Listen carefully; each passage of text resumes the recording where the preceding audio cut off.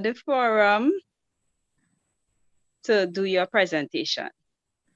Thank you kindly, Ms. Timothy. It has been a pleasure working with our stakeholders, and we count it an honor this afternoon that we can be of some help to our stakeholders. Therefore, I bring you greeting from the University of the Southern Caribbean, our President, Dr.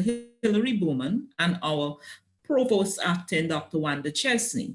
Today, we have here where our registered dietitians, along with student dietitians and students from the Family and Consumer Science program, will do a presentation for the stakeholders of the Digo Martin community. We have registered dietitians, Mrs. Jocelyn Pierre Isaac and Mrs. Alana Alexander Walker. You are in capable hands, but additionally, we would also like to let our viewers know that at the University of the Southern Caribbean in the Department of Family and Consumer Sciences, we train persons to become dietitians, and it's an international program linked with Oakwood University. We also train persons in a wide range of skills in the Bachelor's in Family and Consumer Sciences. So we are very happy to work together with our stakeholders. Without any further ado, I would let the presenters proceed at this time. And if you have any questions, please feel free to ask, because these both sessions would be interactive. Mrs. Pia and Mrs. Walker, you guys can proceed.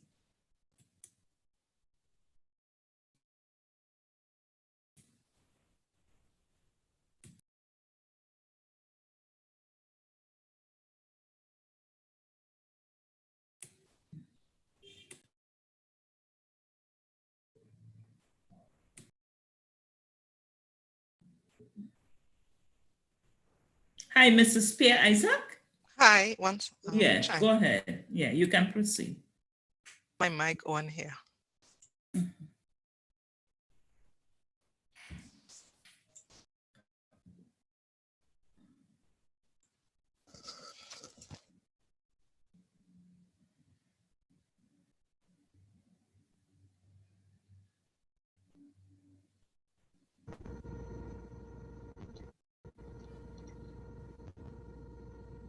Are you hearing me now? Hi. Are you hearing me? Yes, we are hearing you. Oh, you're hearing me. Okay, Yeah. All right. So good day, everyone. My name is Mrs. Pierre Isaac. And I just Hi, Ms. Pierre Isaac. Hi, it's a bit soft. I don't know if you could check the audio settings again, but it's a bit soft to me. Okay. Is it now? Is it better now?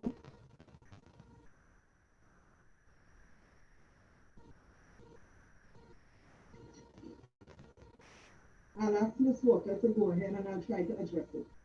Okay?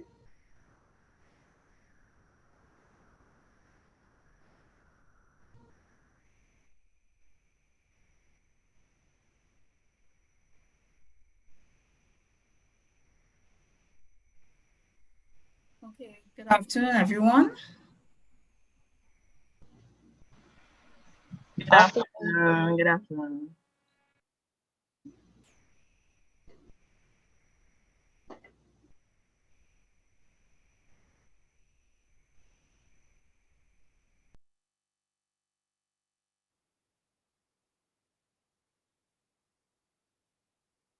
While I'm waiting for the presentation to be queued up, I just want to say it's a privilege to be with the Digo Martin community this afternoon.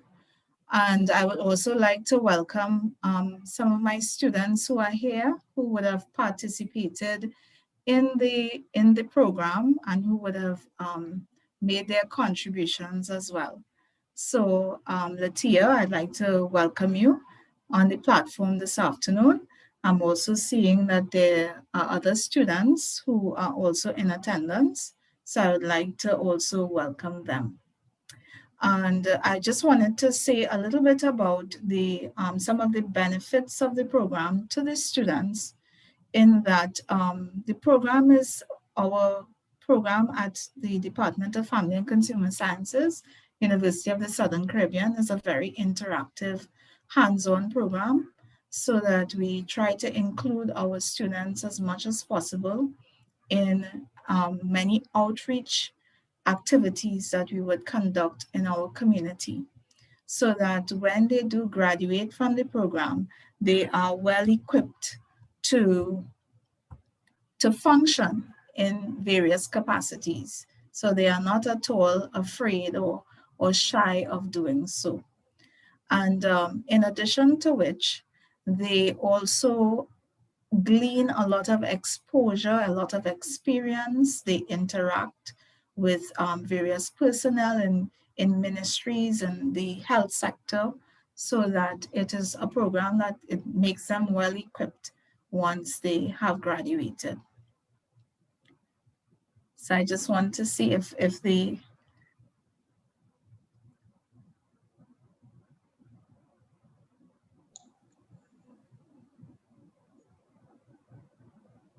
Thank you so much, Sister Walker. And I'll use this opportunity as well to talk about this extended service that you're providing.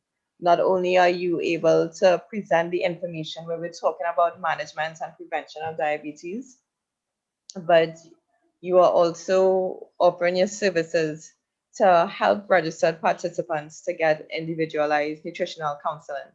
So we are grateful for the ability to collaborate with the University of the Southern Caribbean and the Department of Family and Consumer Sciences in particular, to be able to help persons get that tailored nutritional information to help them take charge of their health. So thank you so much for the service that you continue to provide to the community.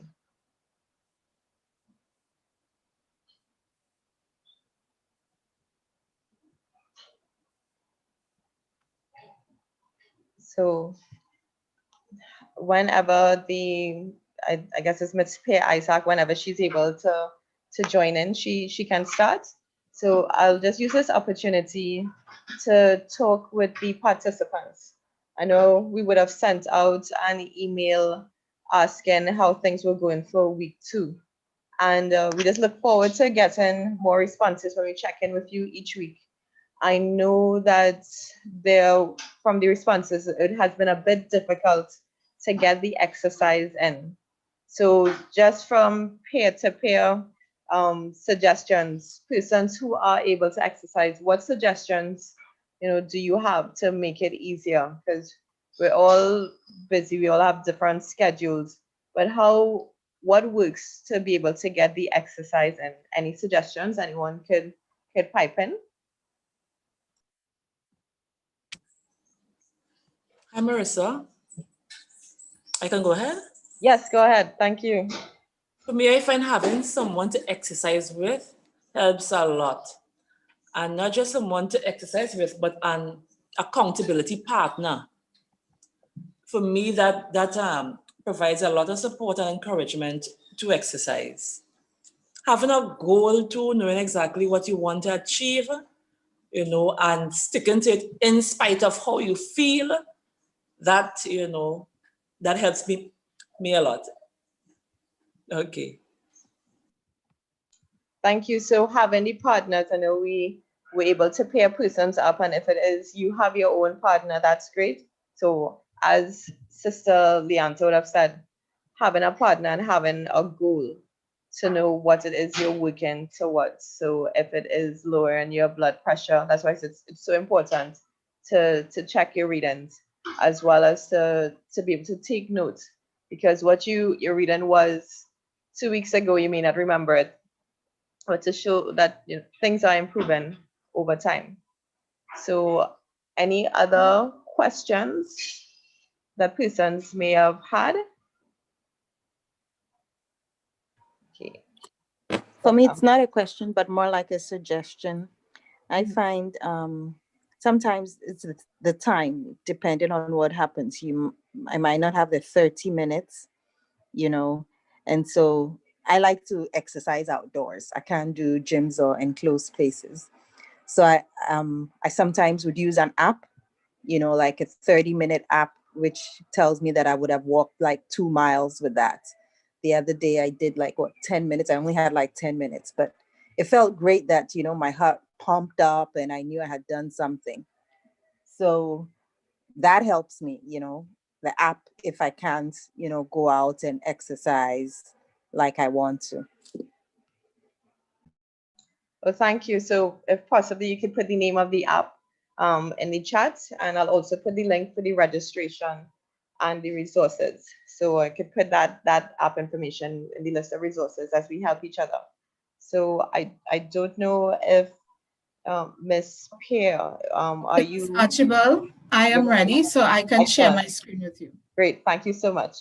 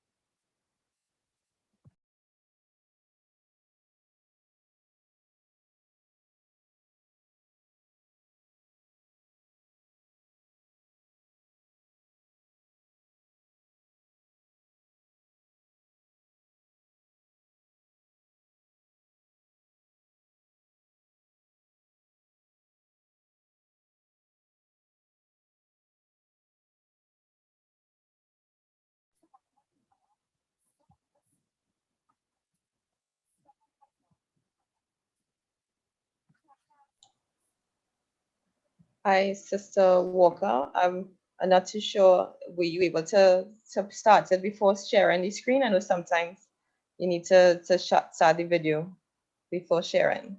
I'm not too sure.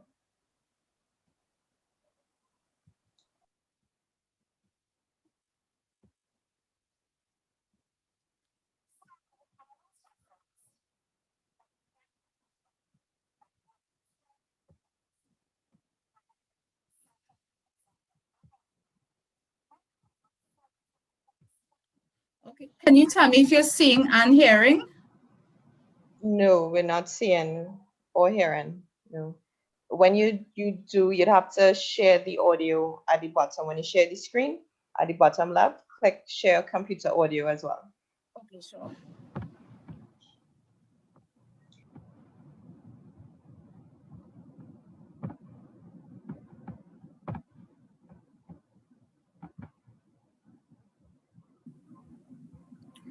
Good day, everyone.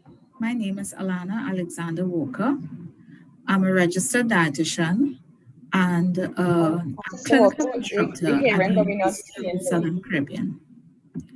Today, along with my students, I'm going to be speaking with you about cultural foods made healthy. Excuse me, So Sister I'm Walker. going to just share my screen with you at this time. Okay, great. As we go into the presentation.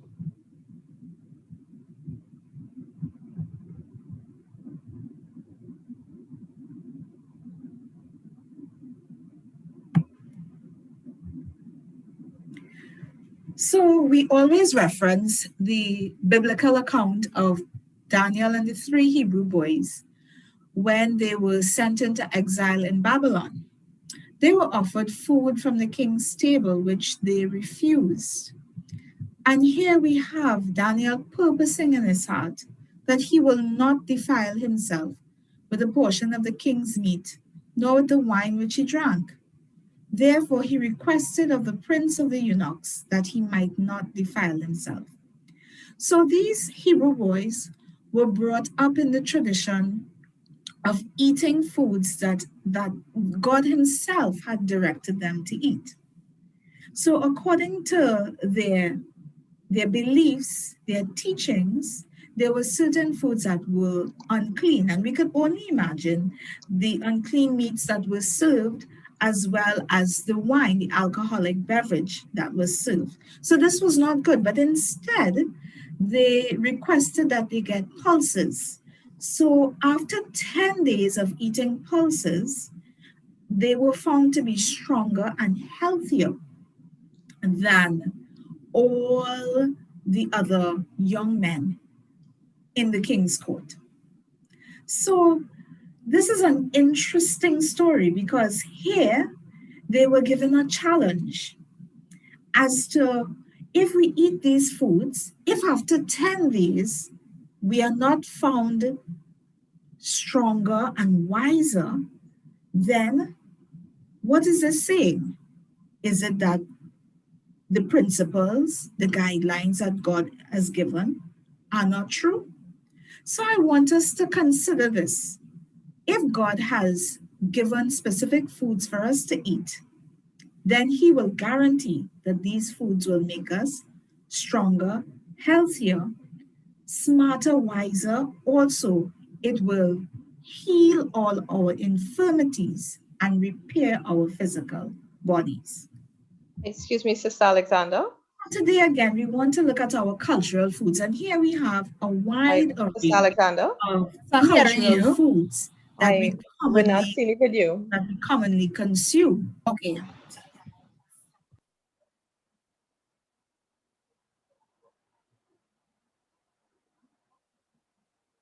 Okay, I do apologize for that. Let me start again, and this time I'm going to share and speak, okay? Okay, great. Thank you.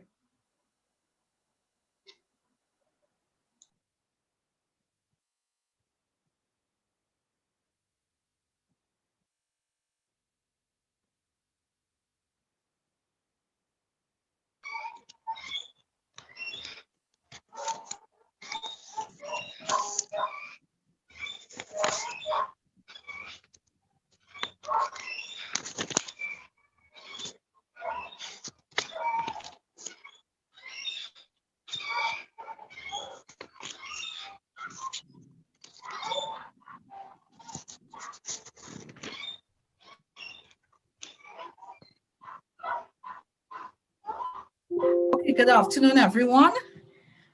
Well, I'm sorry for all the technical difficulties. I would have pre-recorded because I have another express to Marissa that I have another meeting that is coming up shortly. But seeing that it's not working out as I would have planned, let me go ahead and just reiterate what I would have saved and in the video presentation. So my name is Alana Alexander Walker. I am a registered dietitian and a clinical instructor in the Department of Family and Consumer Sciences at the University of the Southern Caribbean. I've been at the university for approximately 10 plus years. Previously, I would have worked as a registered dietitian at the Port of Spain General Hospital. So we all know, we're very familiar with the account of Daniel and the 3 Hebrew boys as they had been exiled in Babylon. And they were selected, first of all, because of their stature, etc. They were selected as the prime young men to be instructed in the ways of the Babylonians. And when they came into the king's court, they observed the types of foods that were being served. And these foods are not foods that they would have ordinarily have eaten. And also they were not foods that they were supposed to eat according to their Hebrew teachings. So these young men spoke to the prince of the eunuchs and they said, well, we can't eat these foods. Give us 10 days eating pulses and then see how well we perform. If we're smarter, if we're stronger than all the other young men. And it did prove true. So this showed us that God has given specific instructions as to how we ought to eat. So that if we ought to eat like this, that means that he's going to guarantee success and all the health that we need if we eat a particular way. So when we look at our cultural foods, we are looking at foods that we normally eat as it's part of our heritage because of the different melting pot that Trinidad and Tobago is. These are our specific foods that are part of the region and that help define our culture, and we love them. So it would include like pastels, our salt fish, and provision and dumpling, and well, of course, Christmas is coming on, so sorrel as the beverage of choice, our pilau, our breakfast food, which is doubles, oil down. We have coconut ice cream, which is a normal Sunday afternoon treat. Well, now it's churning in the ice cream maker. Our oxtail, right? And our cow heel soup, our roti, that's a weekly item there. And of course, for those who eat meat, some will eat curry duck. And of course, our Chinese and Asian cuisine, fried rice and stir fry veg, etc. So these are foods that we are accustomed eating. Also, some foods have become part of our culture. For example, I'm not going to call any brands, but fried chicken and French fries. And of course, we have to have our ketchup. We also have corn curds, which is sometimes a staple in the lunch kits of our children, and potato chips, and of course, the variety of flavors in soft drink, what we call sweet drink, right? So all of these foods have become part of our culture. But what are the problems with our cultural foods? Well, our cultural foods are high in fat, they're high in cholesterol, they're high in simple sugars, they're high in salt, high in calories, they contain dairy, and this is a big challenge to our community because we have a high prevalence of chronic diseases, including diabetes, as well as various cardiovascular diseases like high blood pressure and high cholesterol.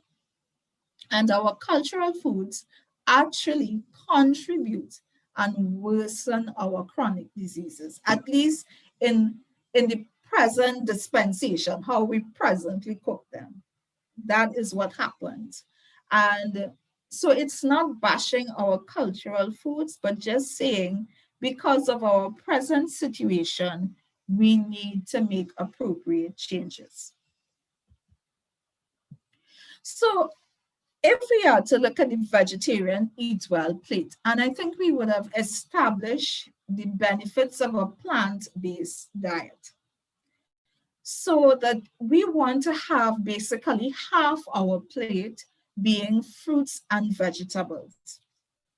And not just any fruit and any vegetable, because we can say, okay, I'm eating fruits and vegetables, but my fruits and vegetables are coming from a can. So they are processed. We want to eat them in as natural form as possible. And we are blessed in Trinidad and Tobago, we are blessed in the Caribbean in that we have a number of local fruits and vegetables, so that we need to take advantage of them. And I would tend to agree with persons when you may say that, okay, they're not readily available as they used to be, but we need to find where they are. And we need to know when they're in season, and we need to eat them seasonally because that's when they're at their peak of nutritive value.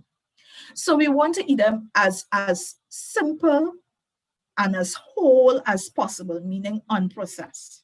And we want to make half our plate fruits and vegetables, and mostly vegetables, because we know that our vegetables have a lower sugar content, and we want to use more the non-starchy vegetables, which would be our dark green and leafy vegetables, for example.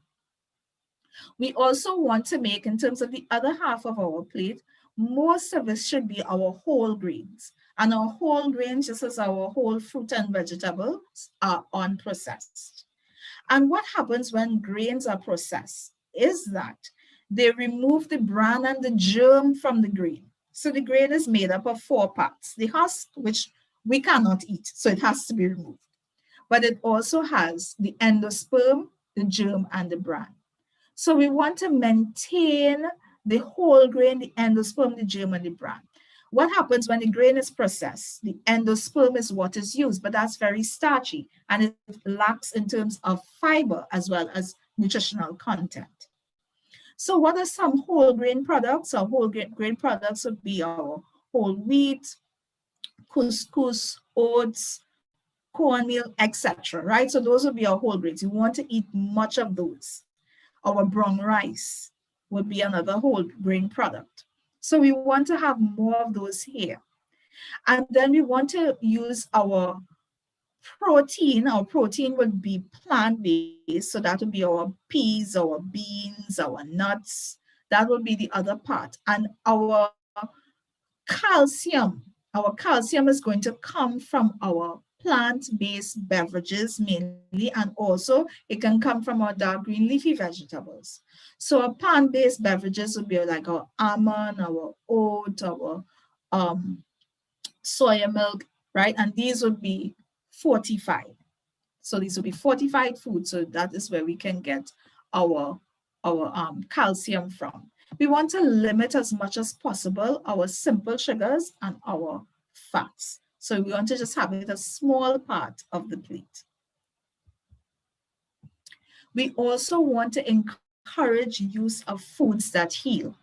So these are foods that as much as possible, you want to incorporate these in your meals. So like your ginger and turmeric.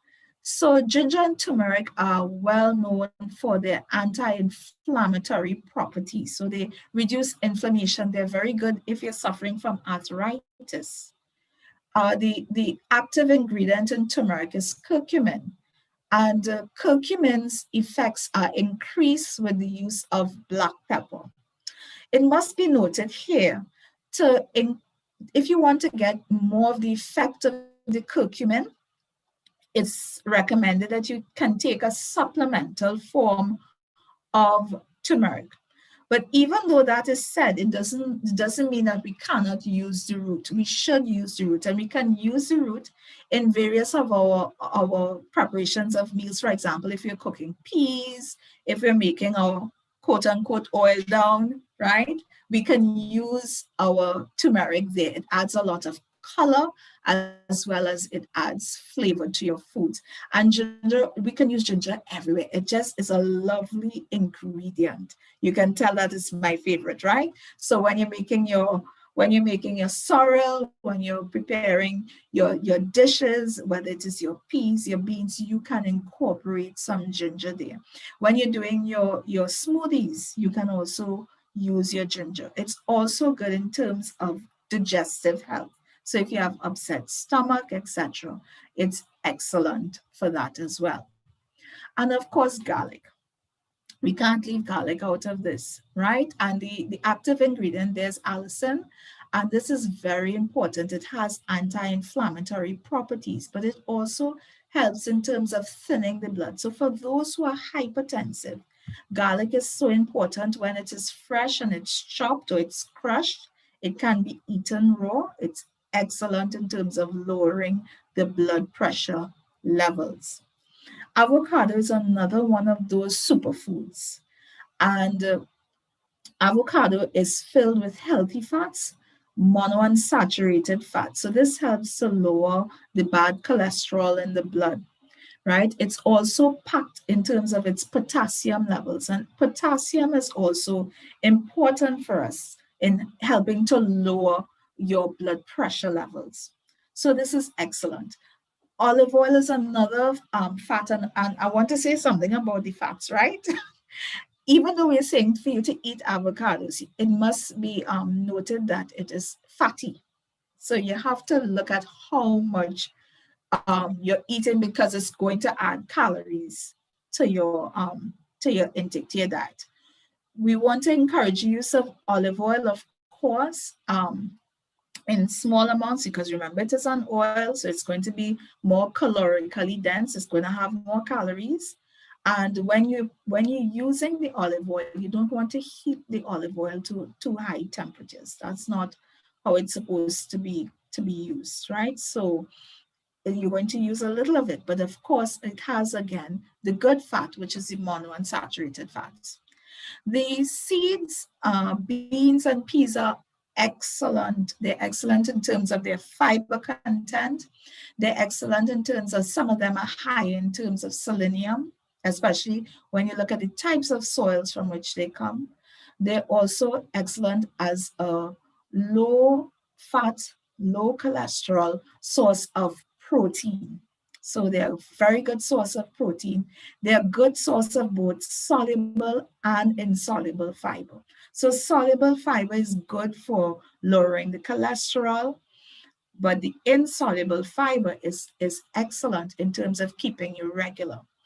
And I know we're talking about diabetes study, and we're talking about these foods, but all of these are very good for diabetics, because in terms of the fiber content, fiber is going to help to control the blood sugar levels of individuals who are diabetic. So this is why you want to include fiber as much as possible when you're eating. And this peas, beans, nuts are an excellent source of fiber. I included here some flaxseed. Now, I mean, flaxseed is such an awesome ingredient. You can use it as part of your breakfast. You can use it in your bread. You know, there's so many uses. And of course, it's high in omega-3 fatty acids, which are healthy fats. Our yellow vegetables and fruits are also important. They contain beta carotenes, which are important as an antioxidant. I've included lemon here, but of course, all your fruits and vegetables, all the local fruits and vegetables, you want to try to use them as readily as possible. And last but not at all least are our cruciferous vegetables, which are an excellent source of phytochemicals, and phytochemicals are non-nutrient compounds that have tremendous health benefits. So the green leafy vegetables are going to be high in terms of their chlorophyll content. The purple will be high in terms of the anthocyanin content. And of course, these have all health benefits, and they act as antioxidants as well. So we want to replace the bad and we want to put in the good. So let's look at the foods that we would have previously mentioned and see how we can improve on them. So here we have our pastels. And I know that pastel looks so juicy. How can we make this pastel healthier? Because ordinarily we'd put some beef, some chicken, some people would put fish, right? But what we can do, we can make a little bhaji or dasheen bush and cook it in a little bit of coconut milk. Right? We don't need to add any other fat if you're going to use coconut milk. And or you can do lentils as well, or you can use pigeon peas. Cook the pigeon peas, season it very well. We know how to season food with our fresh seasonings, and you can use that instead as a filling for your pastels. And this would be so delicious because it's going to be a plant-based source of protein that you can use if you use your peas and beans here as well. So you're not losing anything, but you're gaining. So it's low in saturated fat and cholesterol. There is increased fiber, you have your good fats, you have your vitamins and minerals. You're not missing out on anything. As well as for sorrel. Now, ordinarily, we know that sorrel tends to be a very acidic drink. So what we tend to do is to add a lot of sugar to it, right? So that what we want to do instead is that when we're boiling our sorrel, we want to steep it with a lot of spices. So we want to use our clove, we want to use our cinnamon sticks, we want to use our bay leaf. So you use lots of that when you are steeping it. And then once you're finished, you want to dilute it, and you can add to it now. Oh, I forgot my favorite ingredient. How could I do that? Ginger. So you're going to use a lot of ginger here too when you're steeping it. And then once you finish steeping it, and you want to dilute it now. You dilute it, so that takes away from the acidity, but you can add a little bit of lemon to it, and then you want to serve it very chilled. For those who have much better blood sugar control, if you want to add a little natural sweetener like honey, you can do that. Or you can use coconut sugar, which has a lower glycemic index than your regular table sugar.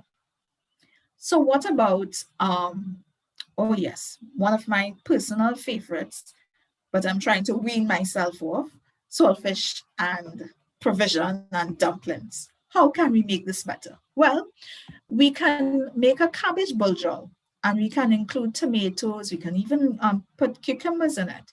We can make a cabbage buljol, and we can steam our provisions. Or if you want to make the dumplings, you can add some cassava flour, or you can add cornmeal. So you can make cornmeal dumplings, which is a higher fiber option. So that fiber is going to keep you fuller for longer. It's going to control the blood sugar levels. And of course, you have lower cholesterol, you have lower fat, because you're not using a plant protein, you're using cabbage, using vegetables. Right, now back to our breakfast. You know, some people have this every morning for breakfast. So there's some good items here. The chickpeas, excellent, right? So our chana is good. We have some cucumber, we might have some mango, all that is well and good. But what's the problem? It's this fried barrel. So we want to replace this fried barrel, and we can use like a pita bread or a sada roti, and we can increase the fiber content of this by adding ingredients like oats. We can add also our flax meal, right? So that's just the flaxseed that is ground. We can add some chia seeds. So we can add a lot of these high fiber ingredients that are going to make it more healthy. It's going to make it more nutritional. And of course, it's going to be better for you. It's going to keep you fuller for longer. It's going to control those blood sugar levels. And of course, you can have your regular cucumbers in there. And without forgetting, you can add a little bit of turmeric too when you're cooking the chana. So remember, we adding, we building, we incorporating our healthy foods. What about our oil down? We can remove the meats. We can cut down on the amount of oil that we use. We can use water for sauteing our seasoning. And then we can use just, if you want, a little bit of coconut milk. But here, look at what we have. We have pumpkin, we have pak choy, you can use dasheen bush, right? You can use spinach in the oil down. And of course, you can serve it with your salads, with your tomatoes, with your cucumbers.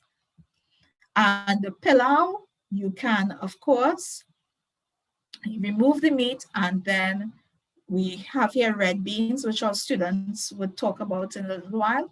Use of the red beans. It's low in cholesterol, saturated fat, high in vitamin and mineral content. So all meat curries, we can replace them with veggies. So here we have our peas and beans, and we're going to use here, we're seeing the mushrooms. And mushrooms is a good alternative to meat because it has that meaty mouth feel. So we can curry our mushrooms. And again, we can curry without all that oil. So we can use water to saute again, and then add the curry. If we want to use a little bit of coconut milk, just a little bit we can use, but we don't necessarily have to use it because it's well seasoned. Our stir fry, instead of using white rice and meat in the stir fry, you can use brown rice, you can use quinoa, you can use couscous, and here we have all our veggies. Again, you don't need to use a lot of oil, and we're not using products that would contain MSG or high in sodium. So we can use a little bit of our sea salt, our pink Himalayan salt. And last but not least, one of my personal favorites, of course, coconut ice cream, right? And instead of using the dairy here and the high sugar, we can use our coconut cream. We can add a little bit of cornstarch, cook it lightly on the stove, To this, as a sweetener, we can add a little honey as a natural sweetener, or we can add coconut sugar. Coconut sugar, of course, is going to give it a browner color. We can add desiccated coconut into it to add some texture. And then, of course, we will chill it and then put it in our ice cream maker. And of course, we have what can we use instead of soft drink? Fresh fruits and fresh juices. And of course, we want to maintain as much as possible the pulp in the juices because that's where our fiber is going to come from. We can use these to make popsicles for our children, and it will have the fiber in it. You don't throw away the pulp, you use it, and this can be a very good snack. Instead of the French fries, we can use our ground provision, sweet potato.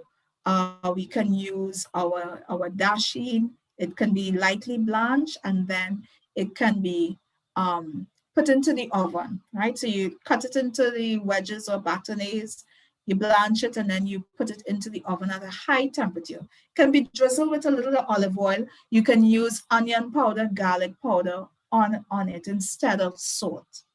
And instead of corn kernels, all our ground provisions beat. You can cut them thinly with a mandolin or with a knife, and then you can put them into the oven, or if you have a air fryer, you can put them into the air fryer. So these are good alternatives, much better in terms of nutritional content, less fat.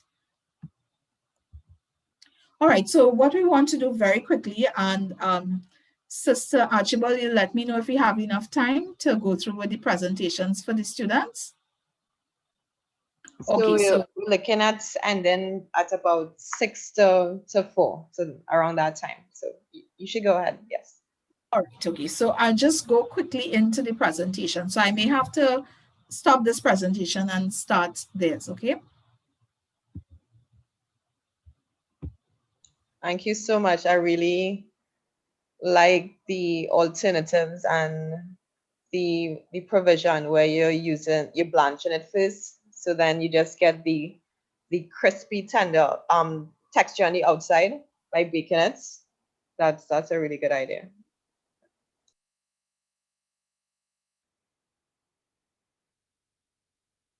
So while we set up, anyone had anything in particular? I do have a comment, Ms. Archibald. Yes. I noticed that Mrs. Spear is not on us yet. She was going to speak about the consistency with the carbohydrate counting, which is essential for the diabetics. Okay. But I do have a senior student dietitian who is Asia Lee Edwards from Tobago. She is going to present on the components of the diabetic plate. So I would really like that student to present. Maybe Mrs. Spear may come on a little. I'm here, Dr. Mitchell. Sorry. Yeah, okay, great. But great. Yes. I thought Asia should go on too. So that's no yes, problem. Yes, because that is critical. Of course. No great. problem. Thank you. Okay. So I'll be sharing with you now just one of the presentations that the students had done, and then I will wrap up. So let me know if you're hearing, please, and seeing. So after the peas, yes, have peas, you brown your sugar, you add in your rice, and then you mix it up, add in your peas and your vegetables, and you could season up your stuff while it is cooking now. So you could add like your sea salt, your if you want some ginger, fresh season is important. Remember, we're not using any water purpose today. So when the water dries up, this is how it would look. And I picked red beans because, you know, it's high in phosphorus and it is an excellent low fat source and dietary fiber.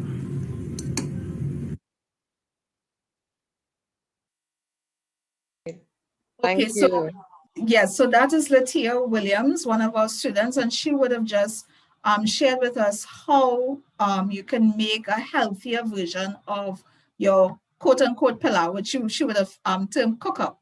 But the thing we want to highlight very quickly is that she would have used brown rice. So it's important to note that.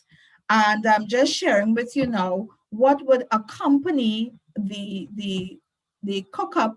She would have also done a dasheen bush akra, which in for time we would not show, but she would have done a dasheen bush akra to go with the rice and peas cook-up. And of course, the other student, Akila Muhammad, she would have made a salad, right? So, and of course, I like her salad because right now you may not be getting as many greens as you want. But what we want to emphasize is whatever you have, we want you to use it and make half your plate your salad, your fresh salad. And so here she has the finished product, which would accompany the rice and peas and the akra.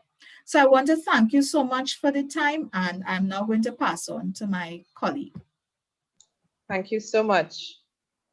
And if time permits, we'd love to see the akra or even share it as a resource in our resource folder. Okay, hi again. Oh my, sorry about that. Yeah, so I'll hand over to Asia at this time. I'll ask Asia to take over from here. Okay, hello, good afternoon, everybody. It's a pleasure to be here this afternoon. Thank you for inviting me, Mrs. Pear and Dr. Mitchell. I'm going to share my screen now.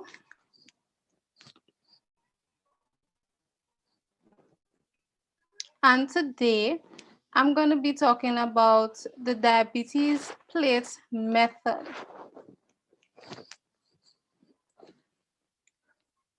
Okay, so today's presentation objectives are to explain, by the end of this presentation, you'll be able to explain what the diabetes plate method is all about and its rationale, explain the components of the diabetes plate method, and list various local foods and or recipes related to each component. Okay, so you may be asking, what is the diabetes plate method? Now, the diabetes plate method is a simple yet effective method that can be used when planning meals so that it will help you, to perfectly portion your meals, and it will help you to get a balance. Now, when your meals are balanced, now this will help your blood sugar levels to remain steady. Now, when I say steady, it wouldn't go too high and it wouldn't go too low throughout the day.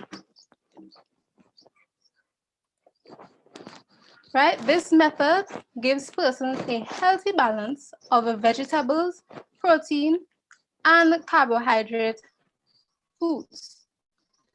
Now, for this, you just need a plate.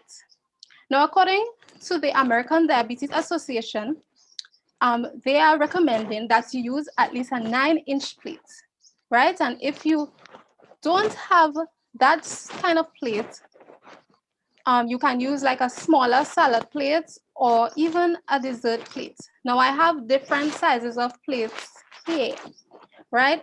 So I think you will see right here, the 9-inch lunch plate. Now that's our target. And then I have another plate here. So the components of the diabetes plate. On this plate, we have number one, we have the non-starchy vegetables. Now half of your plate should consist of non-starchy vegetables. Then we have a quarter of our plate having our protein foods. Or carbohydrate foods will also fill a quarter of the plate, and then we'll have water or low-calorie drink. So we'll be starting with the non-starchy vegetables. Now, you have to fill your plate, as I said before. Half of your plate should be non-starchy vegetables. right? And we should vary our vegetables. Don't just eat one color vegetable, like you have your lettuce or your bhaji, you know, those green leafy vegetables, but we want to make diet, okay? These non-starchy vegetables are lower in carbohydrates, right? So therefore, they will have a low impact on our blood sugar levels. They are also high in vitamins, minerals, and fiber. As Mrs. Walker would have said before, fiber helps to stabilize our blood sugar levels, right? They can also slow down the absorption, of a sugar, making them an important part of your diet. So we really need more fruits and vegetables. Well, I'm talking about vegetables now. We really need more vegetables in our diet to help our blood sugar levels to be stable. So I listed here some local non-starchy vegetables. So we have bhaji, dasheen bush, green and purple cabbage, pak choy, lettuce, string beans, bodi, pumpkin, carrots, okra. You have, you know, your fresh herbs like your parsley and your celery, and other local, you know, vegetables, non-starchy vegetables like your cucumber, your Christophine. Now, some recipes that we have here, you know, we have our callaloo that we can use, or steamed vegetables. We also like a lot of chokers here in Trinidad and Tobago. So you have your tomato choker, your eggplant choker, and those chokers. So half of your plate, remember, should be non-starchy vegetables. Then we move on to your protein foods, which should fill quarter of your plate. Now we have plant-based proteins, and we have, you know, our lean proteins. Now the lean proteins are recommended because they are lower in fat and saturated fats, okay, making it, you know, the most healthier choice. Fish, chicken, lean beef, soya products, protein foods. But let's take in like your beans and your legumes are high in carbohydrates. So we have to be careful with our beans and legumes because they are high in carbs. And as diabetic, we should not be eating too much carbs. Protein foods have a minimal impact on your blood sugar levels, and they don't digest as quickly as, you know, the carbohydrates. So, you know, it will keep you fuller longer. Plant-based proteins is always the best choice. And as Seventh-day Adventists, we push a plant-based diet, right? So most of the plant-based sources are, you know, or beans or lentils. We have something called hummus, which is made from chickpeas, and, you know, you mix it up with some lemon juice and olive oil. So you get in your healthy fats in that as well, and your plant-based protein. Also, we have falafel, which is also made from chickpeas. We have our nuts, like our cashew nuts, almonds, and our nut butters. We also have tofu and tempeh. Now, tofu and tempeh are very important, you know, because they are made from soybean. And soybean is actually a complete protein. When I say that soybean is a complete protein is a protein that has all the essential amino acids that you need in your diet.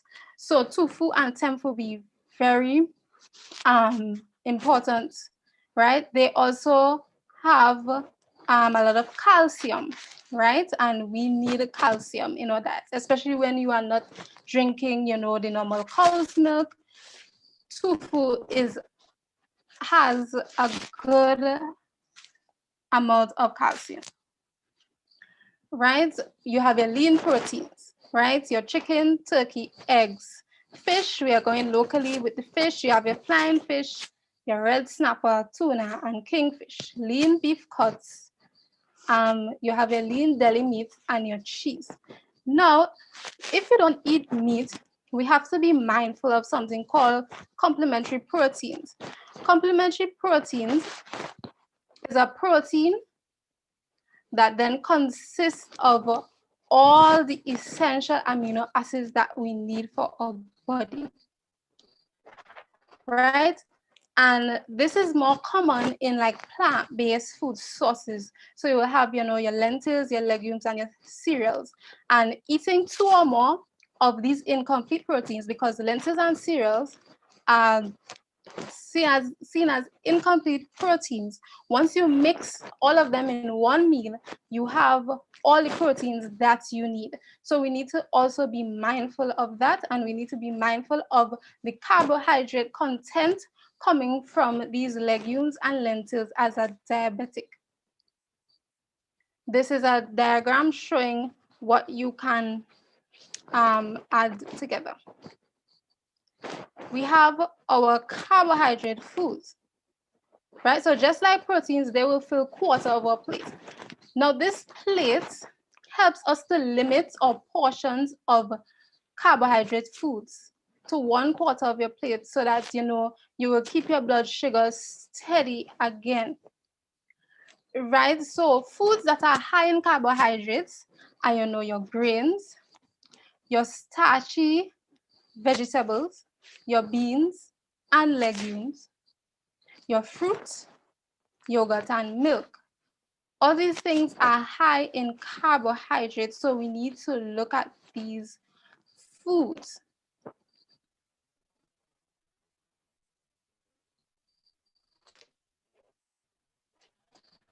So some local carbohydrate foods that we all know are like your cornmeal, your dried cereals, your macaroni, and on whole grains as diabetics, right? Whole grains has more fiber, and as we said before, fiber helps to stabilize our blood sugar levels, right? So we want to focus more on those whole grains.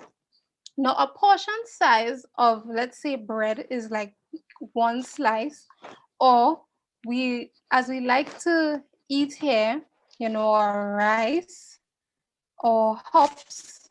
So a portion size of a hops is like 1 hop.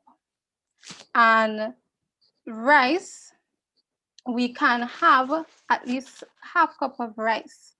But just let's make sure to always, that our plate, that 1/4 of our plate is carbohydrates. We don't want to go over that. Then we have our fruits.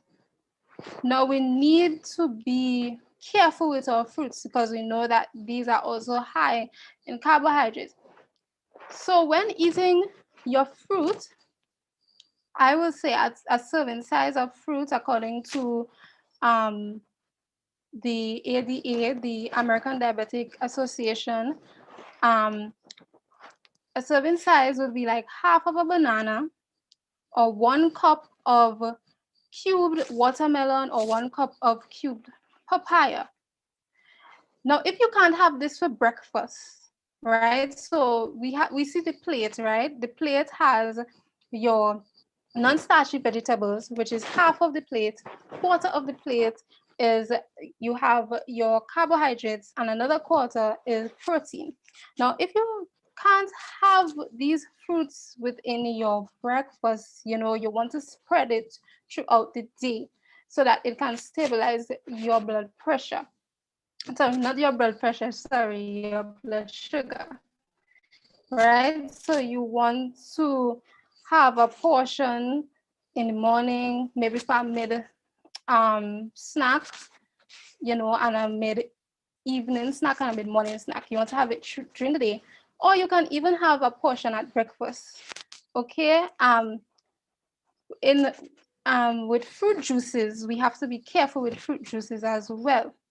For diabetics, we recommend that they have 1/3 cup to 1.5 cup of fruit juice, so that we won't spike our blood pressure or blood sugar, sorry. Then the last component of our diabetes plate, we have water or low calorie drink. Right, so water, we need water, we need to be hydrated. We always want to choose water or low calorie drink. Water is the best choice, but if you are choosing a low calorie drink, you have unsweetened tea, you have sparkling water or club soda, and you can also have, flavored water, right? Flavored water. Also, I did not comment on, the milk, right? If by chance you may want to have milk for breakfast, it's like a milk, as I said before, has carbohydrates. So we also need to be mindful of that. Now, a serving size of milk can be 1/2 cup, and we want to focus on the low-fat milk. Or if we're not drinking dairy, we can also use a substitute like soya milk, almond milk, right? And we want to also look at those serving sizes because of your blood sugar levels. Now, I found something very interesting that for diabetic, you can make something called, infused water, because some of us, we don't really like to drink plain water. So either cucumber or other fruits to your infused water. But with diabetics, we also again need to take into consideration the portion size of your fruits. So we won't want to add a lot of fruits into that water, right? So we maybe could have some citrus and some mint, or you could have, cucumber. You add a couple pieces of your star fruit, your ginger. So to make this, you choose the ingredients, your appropriate ingredients, and you place it in a pitcher or bottle. You lightly crush it so that you could get, the flavors, and you add the water and you refrigerate it.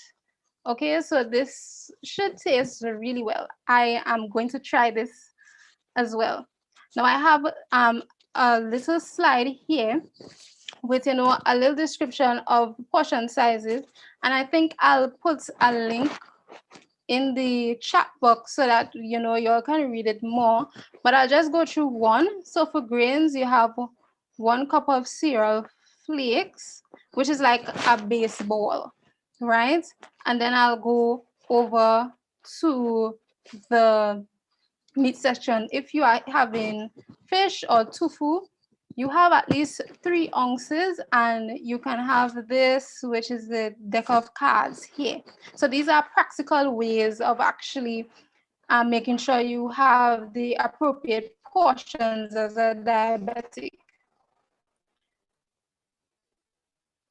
And again, I want to thank you for your attention today, and thank you for inviting me. Do you all have any questions? At this time, Asia, we would leave the questions for last. There is an important piece for the diabetic, which I believe Mrs. Pierre needs to talk about that, which is the consistency and the carbohydrate content, how you count the carbohydrates. So Mrs. Pierre, you can proceed at this time. So we leave the questions for last. Thank you. Okay, Dr. Mitchell, I didn't focus a lot on the consistency. Well, let me go on my presentation. But you go ahead. Yeah, because I thought that it will be better for them to see a dietitian one-on-one. So I didn't really, but I'll share what I wanted to share. Well, of course, the importance of behavior change. That's the direction. So I don't know if you want us to go on with that, or if you want to allow the questions in the interest of time. What do you want to do? No, do behavior change, because that is where we need to meet the clients. Okay. Because some clients wouldn't share openly at this time. Okay, all right. So I started looking at Proverbs. Let me look at my time. I have 10 minutes. So I started by looking at Proverbs 23:7. As a man thinketh in his heart, so is he. So it all has to do with how we think about eating, right? I have as an example, you might think that, you see the stress I'm going through with COVID right now, the only thing that can help me is that chocolate cake in the fridge. But if you just sit down and think, would that chocolate cake really help me? You know, and you may find that that thought pattern, even though it might be driving your behavior, it might be that accurate. So sometimes, you know, they talk about mindfulness eating. So sometimes what we should do is just pause a little bit and really think about the behavior that we are planning to engage in. Would going out on a Saturday night to eat, even though I have diabetes, help me? Do I need to? Am I really hungry?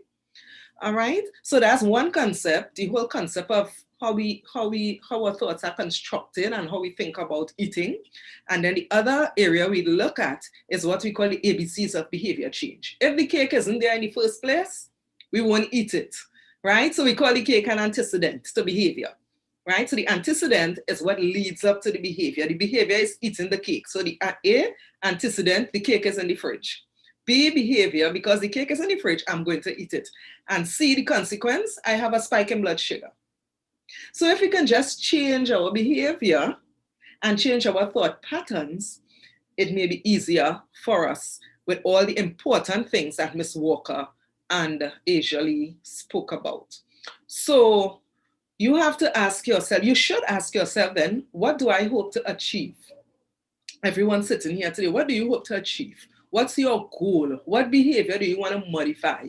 The recipes were excellent. I mean, I took some notes. Asia, your presentation was well done. I must congratulate you. But we all have an individual decision to make. What do you want to change? And how willing are you to make that change? All right? I'm trying to move on because I'm looking at the clock. So I have here some of the thought patterns that can happen in our head and how we construct ideas about food. This is hard, this diabetes thing hard. You might think, I am going to clean that fridge of all the sweets I have there. Or you might say to yourself, you see me, I don't feel to. I heard someone say yesterday, fake it until you make it. You don't feel to, still do it, right? And one day you will believe it. Purchase running shoes. If you're thinking about exercising and you don't have a running shoes, chances are you're not going to exercise. So the antecedent here is what? The running shoes. Then you might tell yourself, you see me tomorrow, I will change that because the desire is so strong. But tell yourself, I am going to change now. All right. And of course, exceeding great and precious promises are given unto us, that by these we might be partakers of the divine nature. I can do how much? All things through Christ, which strengtheneth me. So I have here the objectives, but I'll move on because I'm looking at my clock, 49. So Asia did an excellent job here. And of course, if you need more help in terms of planning your portions, because we talk about individualized care, a registered dietitian, you have Ms. Walker, who's quite able to help you there. You have Dr. Mitchell, you have myself, and I'm sure there are others. I think I heard Miss Best the first week. Is it Best week? So let's just make this a little practical. ABCs. Antecedent here is, I had intentions of asking you, but the time is running out. So the antecedent here, you need to exercise. We need a running shoe. Of course, we know weight loss is important for glycemic, for blood sugar control. So you want to decrease sedentary time and start exercising. Doctor, I don't remember his name, the first week he spoke about the importance of the digestive walk. So if you're going to have a digestive walk, it means that you're not going to eat and sleep in the night. So you want to allow at least 4 hours between eating and retiring, because in the night is when all the healing is taking place. So if when healing is supposed to be taking place, you are putting in food, it means that you're being counterproductive. All right, so antecedent, don't eat in the bedroom. Don't eat in front of the TV. Right? And we'll have better outcomes. So if you want to exercise, you need to purchase a pair of running shoes. As Ms. Walker again said, I will purchase food ahead. A lot of us like to purchase food on the run. So Dr. Mitchell did an excellent presentation. I'm sure most of you missed it. She spoke about everybody with a box in the hand. right? So if you look on a lunchtime in Port of Swede or anywhere, everybody with a nice little plastic bag in a box is now the trend. But do you know what they have put in that meal for it to taste so good, right? So a lot of times you're not aware of what is in the meal, but we purchase it because we're hungry. If you make a commitment, if you think in your mind, you see me, I am going to set aside a Sunday to prepare and cut up all my vegetables and freeze them so that during the week I can have something to prepare. Cabbage salad, whether it's cabbage oil dog, or Asia spoke about the tofu, the hummus, right? Any one of those, it takes some preparation. You're hustling off to work. It may be difficult. But if you tell yourself, you know what, on a Sunday, I'm going to do it so that during the week, I'll have the foods ready, that may help. Then another important thing is that when you're setting, you have people over for lunch on a Sabbath, don't put all the food on the table. If the food is there, you will want to eat it. You understand what I'm saying? So dish out by the kitchen and the pot and bring your plate. When you finish dish out, if everyone is finished dishing out, put the food in the fridge. Sit down and eat what you have there. Because sometimes you're eating and you're watching a little pie in the corner and saying, I'm going for that. I hope nobody can take it, you know. Right? And your belly full, but because you decided that you want that pie, chances are you're going to eat it. So leave the food in the kitchen. Dish out for your guests, right? And you'll have more food for tomorrow because if they see it too, they will want more. All right? And when you finish eating, brush your teeth and seal it off. Get some measuring utensils, that helps. Also, Asia spoke about the change in the plate size. If you look here, you'll see that with a smaller plate, we have 1 breadstick. With a larger plate, we have 5. We have a little bit of fries in the smaller plate. In the larger plate, we have like supersize me. So we're not only supersizing in the fast food chains, but we're supersizing at our homes. And of course, well, planning meals, this is what we spoke about, consistency. It has been proven that if you eat your meals at the same time every day, your pancreas will secrete insulin to meet that need at the specific times. And so chances are is that you'll have better blood glucose control. Also, if you eat a similar amount at every meal, I know it may be difficult for some persons, that's why we speak about individualized care, but I'm giving you the ideal here. If you eat the same amount at each meal, you're also setting up your body for success. All right, so we're looking at same time every day and same amount at each meal. Let me see where I am. Remember, you want to check your blood glucose, because if you check your blood glucose, you can go back to your doctor and say, well, when I did XYZ, I had better control. Remember, the primary, Dr. Mahadio, you are there, the primary intervention for persons with diabetes would be lifestyle change, right? Diabetes type 2 especially. Lifestyle change come before medication and insulin and tablets, etc. So I will monitor my blood glucose. When I go to the doctor, I know what helps me, and they can make relevant changes. Of course, Diascan, don't trust the Diascan, but Diascan only measures daily fluctuations. I'm sure you heard about the hemoglobin A1C, that reflects quarterly changes. So that is a better predictor. And of course, use your medication as prescribed. Medication works on the liver, it works on the liver, it works on your cells, it works on the muscle, it works on the pancreas. But remember, the pancreas and all these are organs. So if you have diabetes or insulin resistance and the organs are compromised and you're not taking any medication, these organs will be compromised. And after a time, you'll have to take more and more and more. And it seems as though, based on what I've been hearing, this is not what I've been reading, sorry, this is not what you want. All right, so take your medication and make the lifestyle changes. And if you're planning to come off, work with a doctor. Don't take it upon yourself to say, I am going to stop taking my medication, right? It's there for a purpose. And we know the complications. I'm sure we spoke about it. I'll skip that one. And what are the consequences and the outcomes then if we make these changes, if we think about our eating and our behavior differently, and if we can make a commitment to changing the antecedents in our environment? We'll have better glycemic control, we have weight management, we'll be engaging in regular activity. And of course, I forgot to mention, if you're going to exercise, I found it helped me when I had stopped exercising for a while. I put out the clothes the night before. So when I wake up, it's right there. The first thing I do is put on my exercise clothes, right? So that even if I have to throw some clothes in the machine or something, my clothes is on. I need to fulfill this, right? So it helps. That's an antecedent. The clothes is out. And of course, you'll be having a healthy diet, a healthier you. I just want to take you to one text in the Bible, Deuteronomy 8:4, where the raiment of the children of Israel after 40 years. They didn't wax old, sorry, and their feet didn't swell after 40 years in the wilderness. Why? Because they trusted in God. So at the end of the day, let's trust God to help us to do this, to help us to think differently and make healthy changes. I think I made it. Thank you very much. Thank you so very much. So very much. We appreciate all of the hard work that it would have taken to present this. We were able to say, okay, yes, we can make better choices, but we can make better choices by doing this. We can make better choices by doing that. You didn't just say, okay, this is bad, don't do it.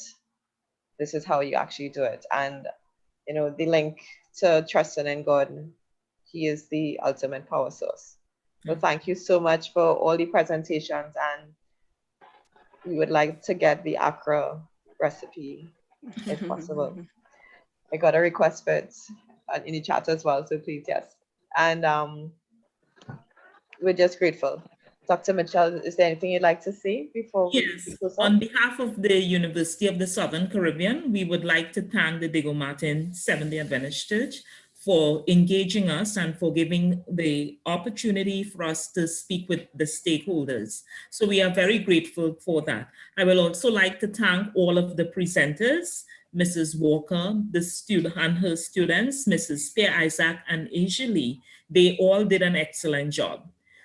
Last but not least, for the January semester, as I shared with you earlier, prior to today, we will take at least 3 patients or 3 clients, I would say, each month. It will be spread like that because of the involvement of teaching with the clinical instructors and myself. So those who would be, let's say, who believe that they would like to see the dietitian, they would like to get some nutrition education and counseling, and will also like that one-on-one interaction, that would be very good.